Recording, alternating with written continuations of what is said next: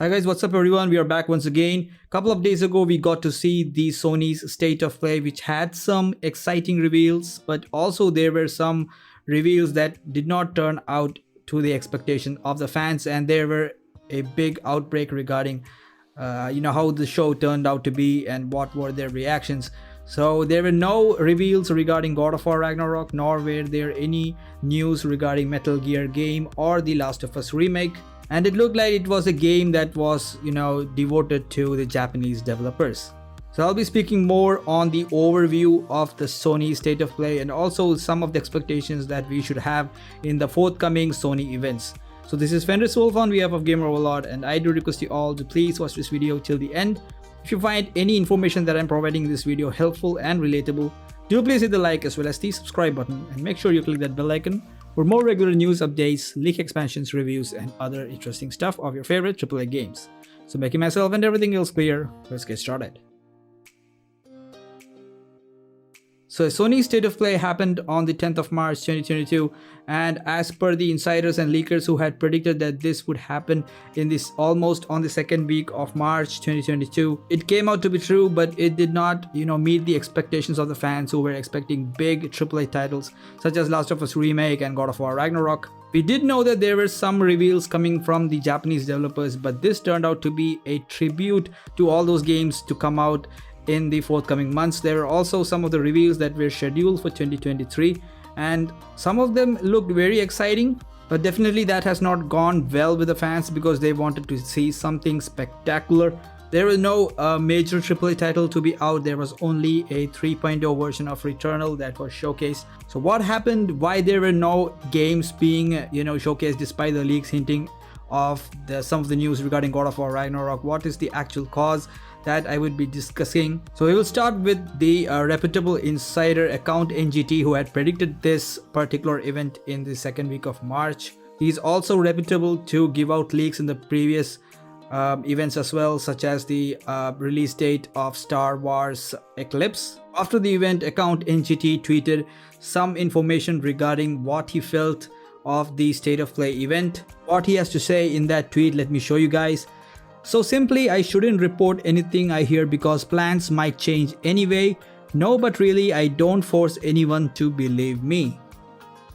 So there were a lot of support gathered for leakers such as account NGT, who say that whatever they say always come out to be true. The same reputation goes with Tom Henderson as well, who has given many such reveals regarding Call of Duty games and Battlefield games. And account NGT also had given separate explanation that whatever information that he gets is from authentic sources, and that insider information only he keeps giving in the form of tweets. So in his defense, he has given the excuse that because PlayStation 5 was revealed much later during the pandemic, this was a tactical move by Sony to bring out some of the lower games that is coming as a reveal, such as Ghostwire Tokyo, which was actually delayed from 2021, and other Japanese games which actually looked good but were not AAA titles. Also, there were some constant reports regarding the State of Play event coming from different sites, which actually came hours before the State of Play event, which was streamed in sites such as IGN. There was a clear statement that was released in that report which read, "Some developers were concerned that the event would take the focus off the current world events, namely the ongoing crisis between Russia and Ukraine. According to the leaker, those same developers who asked for the State of Play to be delayed have removed their games from the lineup."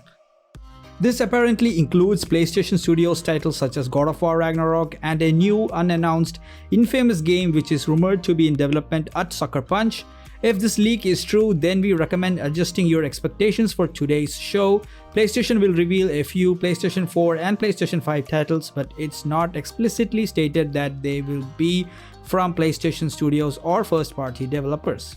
So this report, which has come from some of those sites, does look interesting, and it came just before the State of Play event, which was streamed at 3 AM Indian Standard Time. And it hinted at keeping your expectations low regarding this event and would be dedicated to the Japanese developers.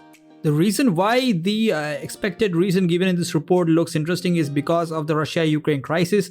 We do know that some of the big developers have pulled their operations from Russia, which also means that it would create a bit of controversy regarding some of the events that is going to take place in the supposed state of play event. So instead of delaying the state of play event, the reason that the Sony would have given is to make this event happen and dedicate all these games to another possible studios, the lower studios, instead of going for big AAA titles, and keep hold of the release date details of games such as God of War Ragnarok and the new Infamous game.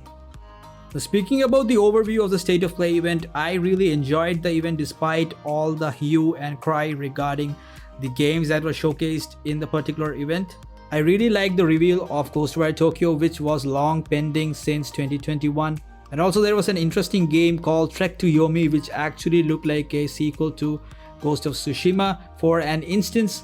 And the graphics, the detailing, and the mechanics looks really important, the same which reminded me of Sifu, which was released previously in February 2021. And it's definitely going to create some hype in the coming months.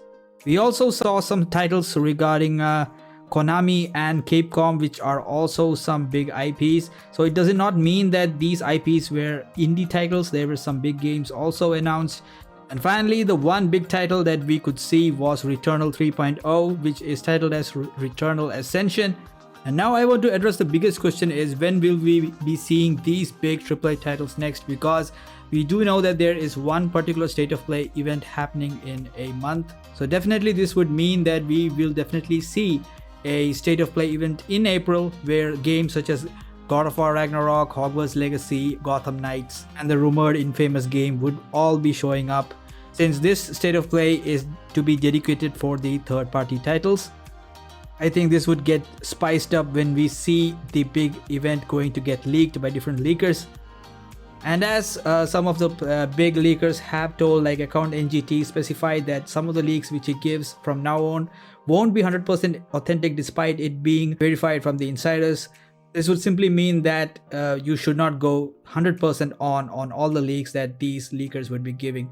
So definitely we would be knowing the perfect release date of the next state of play event, but what all titles that is going to come, we can't actually expect that. We can actually expect some few of those titles that is going to come in the next state of play, but not all the titles. So that's basically it from the video, guys. I've addressed all the issues regarding the state of play event. If you have got any questions, you can DM me on my social media platforms. See you guys in the next one. We'll be seeing you with more interesting updates in the coming week.